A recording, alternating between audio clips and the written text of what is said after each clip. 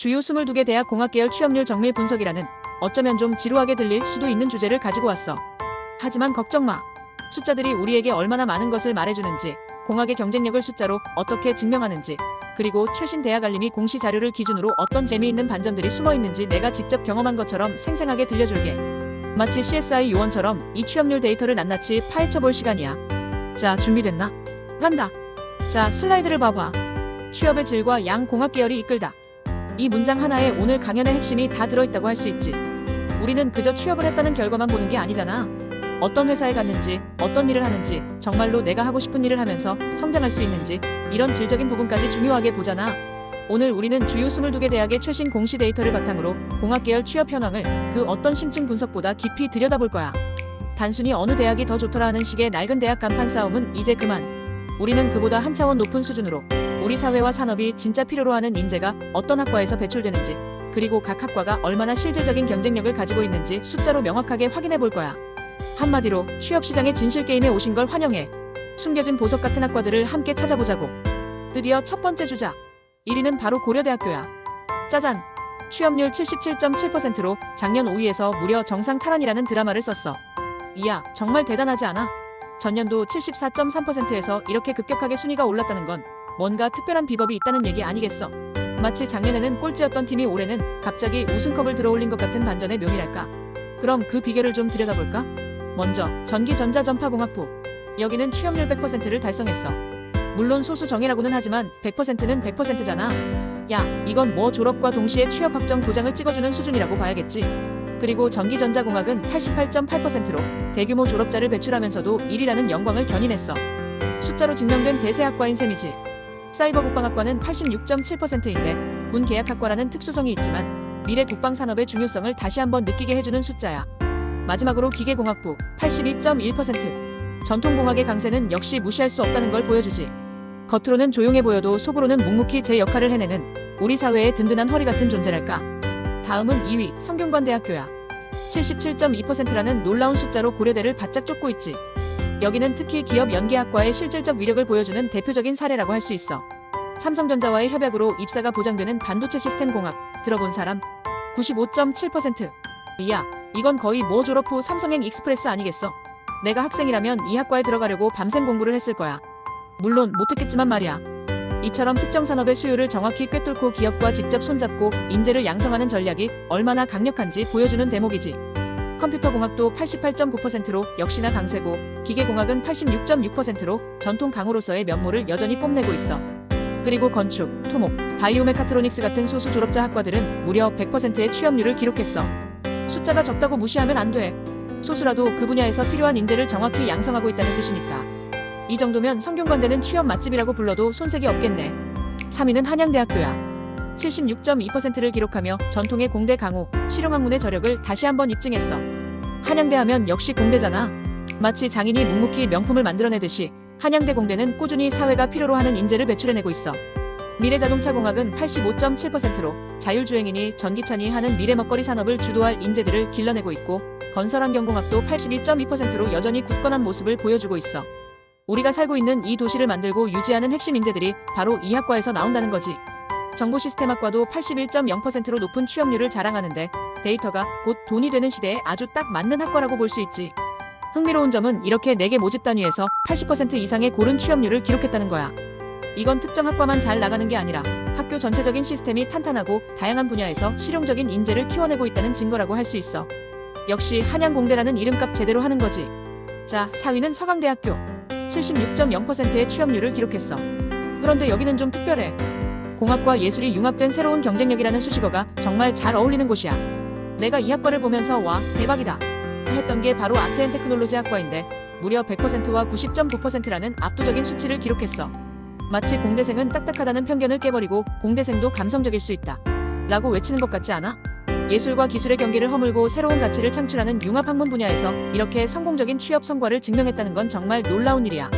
이건 단순히 기술만 아는 것이 아니라 기술을 통해 무엇을 만들고 어떻게 사람들에게 감동을 줄 것인가를 고민하는 미래형 인재를 길러내고 있다는 증거라고 볼 수 있지. 물론 기계공학도 84.6%로 굳건하지만 서강대의 강점은 역시 이 융합에서 나오는 것 같아. 혹시 예술적 감각이 있는 공대생 꿈나무라면 서강대의 아트앤테크놀로지 꼭 한번 관심 가져봐. 5위는 이화여자대학교야. 73.6%라는 취업률로 여대 유일 최상위권 진입이라는 빛나는 타이틀을 거머쥐었어. 이야, 정말 멋지지 않아? 여대는 공대보다는 다른 분야가 강하지 않나 하는 그런 선입견을 한 방에 날려버리는 짜릿한 결과라고 할 수 있지. 이화여대의 힘은 바로 정교한 전공 경쟁력에서 나와. 전자공학, 컴퓨터공학은 소수 졸업자이긴 하지만 각각 100%라는 완벽한 취업률을 달성했어. 사이버 보안 전공도 90.0%, 전자전기공학도 90.0%로 상위권을 지키고 있고 심지어 식품공학까지 87.5%로 아주 훌륭한 성적을 냈어. 총 5개 모집 단위에서 80%대 기록을 냈다는 건 특정 학과만 반짝 잘하는 게 아니라 학교 차원에서 공학 분야의 경쟁력을 꾸준히 키워왔다는 증거야. 이쯤 되면 이대생은 아름다울 뿐만 아니라 스마트하기까지 하다는 말이 괜히 나오는 게 아니라는 걸 알겠지? 농담이야. 정말 자랑스러운 성과라고 할 수 있어. 자, 이제 중상위권 대학 순위로 넘어가 볼까? 6위부터 10위까지의 라인업이야. 6위는 서울시립대학교가 72.7%로 당당하게 이름을 올렸고 7위는 아주대학교가 72.3%로 바짝 뒤를 쫓고 있어. 8위는 중앙대학교 70.9%, 9위는 인하대학교 70.3%, 그리고 대망의 10위는 서울대학교가 70.21%를 기록했네. 서울대가 10위라고? 하고 놀란 친구들도 있을 거야. 하지만 이건 공학계열 취업률 순위라는 점을 다시 한번 강조하고 싶어. 무조건 간판만 보고 가는 시대는 이제 지났다는 걸 보여주는 하나의 증거라고 볼 수 있지. 여기 있는 대학들도 이름만 들어도 다 아는 명문대잖아. 70%가 넘는 높은 취업률을 자랑하는 건 절대 우연이 아니야. 이 대학들도 각자의 강점을 가지고 사회가 필요로 하는 인재를 꾸준히 배출해내고 있다는 거지. 그러니까 단순히 순위만 보지 말고 이 숫자들이 말해주는 대학별 특성과 강점에 더 집중해보면 더 많은 인사이트를 얻을 수 있을 거야. 자, 이제 나머지 11위부터 22위까지의 주요 대학 전체 순위 현황을 한번 쭉 훑어볼까? 11위 국민대학교가 70.17%로 70%대 문턱을 아슬아슬하게 넘겼고 12위 숭실대학교 69.0%, 13위 동국대학교 68.9%, 14위 연세대학교 67.7%, 15위 경희대학교 66.8%, 16위 홍익대학교 66.5%, 17위 건국대학교 66.4%, 18위 한국외국어대학교 65.7%, 19위 단국대학교 61.0%, 20위 세종대학교 60.7%, 21위 숙명여자대학교 60.1%, 그리고 22위 가톨릭대학교가 57.7%를 기록했어. 어때? 상위권에 우리가 흔히 생각하는 명문대가 꼭 높은 취업률을 보장하는 건 아니라는 걸 다시 한번 확인할 수 있지. 특히 연세대가 14위라는 점은 공학계열 취업률만 놓고 보면 대학 간판보다 학과 경쟁력과 산업 연계성이 얼마나 중요한지를 역설적으로 보여주는 결과라고 할 수 있어. 이 모든 대학이 우리 사회에 중요한 역할을 하는 인재들을 키워내고 있지만 취업률이라는 측면에서는 각기 다른 전략과 성과를 보여주고 있다는 점 아주 흥미롭지 않아? 이제 오늘의 첫 번째 핵심 인사이트, 바로 계약학과의 압도적 위력이야. 취업 보장형 학과가 대학 전체 평균을 어떻게 견인하는지 정말 기가 막힌 사례들을 통해 보여줄게.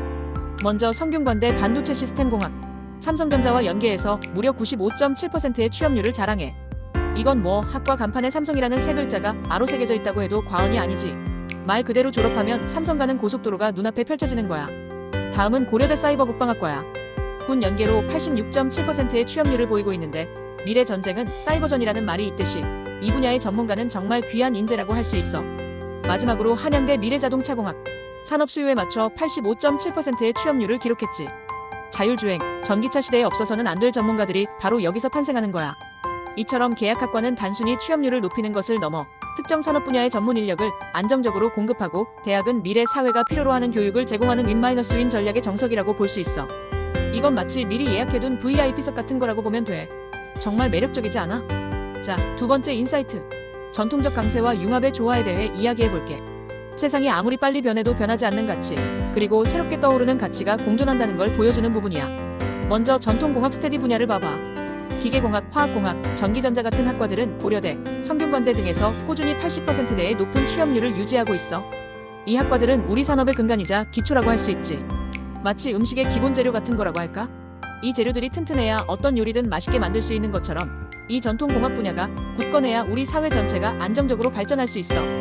반면에 융합특수 학문 라이징 분야도 주목할 만해. 서강대의 아트앤테크놀로지, 이화여대의 사이버보안 같은 학과들은 압도적인 취업률을 기록하면서 미래 산업의 새로운 길을 제시하고 있어. 이건 마치 기본 재료에 창의적인 아이디어를 더해 완전히 새로운 요리를 만들어내는 것과 같아.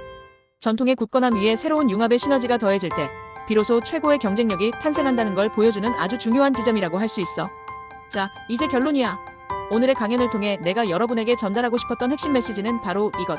대학 간판보다 중요한 학과 경쟁력이야. 더 이상 무조건 서울대, 무조건 연고대. 외치던 시대는 지났어. 이제는 학교 전체의 명성보다는 세부 전공이 우리 사회, 우리 산업과 얼마나 긴밀하게 연결되어 있는지 꼼꼼히 확인해야 해. 특히 계약학과나 특성화학과처럼 졸업과 동시에 탄탄한 직장으로 이어지는 확실한 취업 경로를 제공하는 학과들은 두 눈 부릅뜨고 주목해야 할 대상이야. 그리고 반도체, 보안, 융합 같은 분야처럼 끊임없이 변화하는 산업 트렌드에 발 빠르게 대응하고 그에 맞는 인재를 길러내는 학과들이 확실히 강세를 보인다는 것도 알 수 있었지.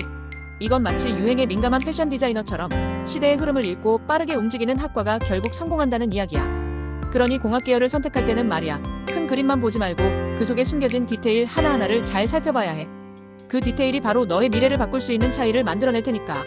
자, 오늘 내가 준비한 이야기는 여기까지야. 지루할 수도 있는 숫자들을 통해 우리 대학 공학 계열의 경쟁력을 파헤쳐보는 시간이었는데 어땠어? 조금이라도 흥미로웠기를 바라.